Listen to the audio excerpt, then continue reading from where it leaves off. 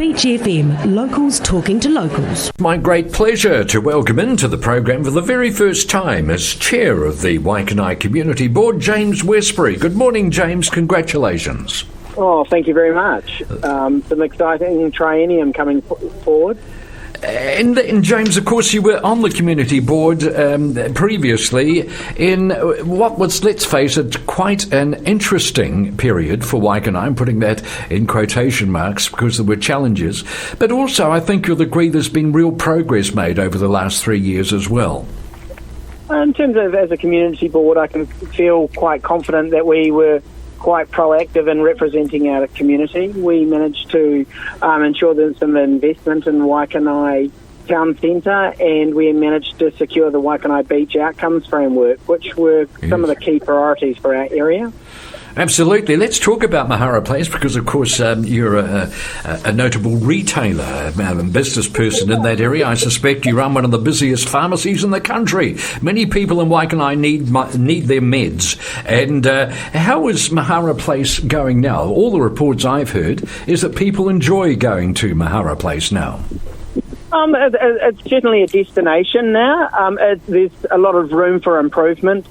I think the area is still feeling the effects of the expressway and the construction. And you're speaking there from the business perspective? Indeed, but also as a community board representative, the loss of our library has been a absolute catastrophe for our community. It has been, and that was an issue which I'm certain had an effect on the last local body elections. I was present at a meeting in Waikanae, and the number of times that particular issue was brought up, and I'm thinking about the library books in particular. However, the loss of a library for a community such as Waikanae, it was quite traumatic for many people. Many people in Waikanae love their library, and of course what they've got at the moment isn't quite what they think they deserve. And I am 100% behind the community there. We've got a short to medium term solution at the moment, but it is by a satisfactory, enduring solution. And James, what's your impression about the wet buildings issue? We've got the Paraparaumu Community Centre, which is affected that way, the library. Do you think there's a kind of a systemic problem here, or is it just bad luck? Well, in terms of the council undertook a report or commissioned an auditor to evaluate their processes with regards to reviewing their assets.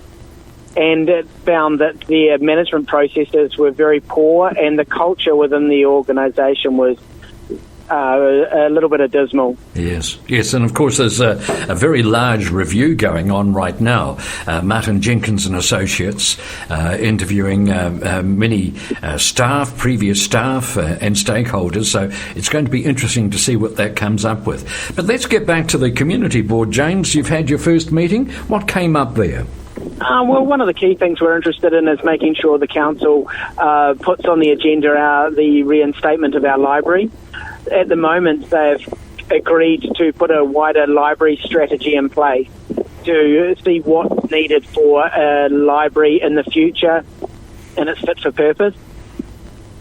And do you think there's a conversation needed about the role of libraries in the future? Because let's face it, technology is all over the place now.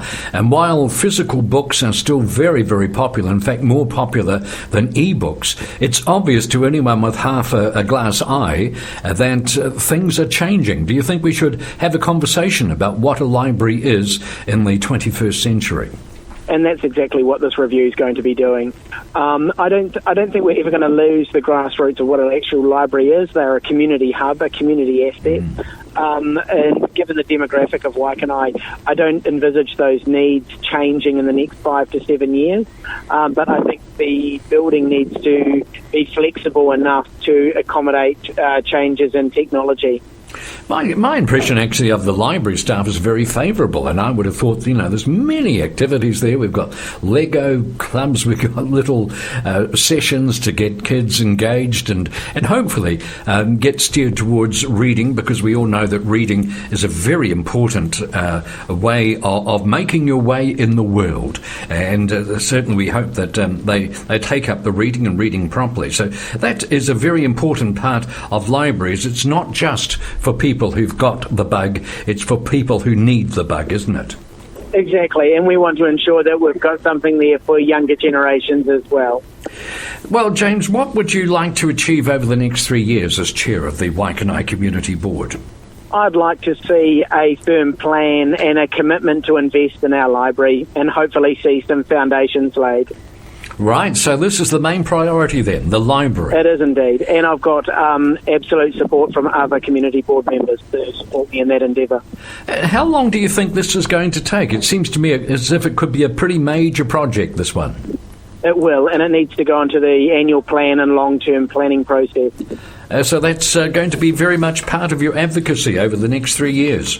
Indeed, and if we find that we're battling with council, we need to start engaging the community to start making their voice heard. And you've got some interesting people on your board now, haven't you? I suspect that is going to be quite a tenacious board that you lead this time. I'm actually really proud of the group that we've got on our board at the moment. They've got exceptional capability and competency, and I think I can work with them really well. Excellent. Well, we look forward to hearing reports of your progress, sir. Lovely to talk to you, and perhaps we can do it again next time. Of course we can. Okay, we'll do it possibly next Friday. Thank you very much, James. There we are. 106.3 Beach FM.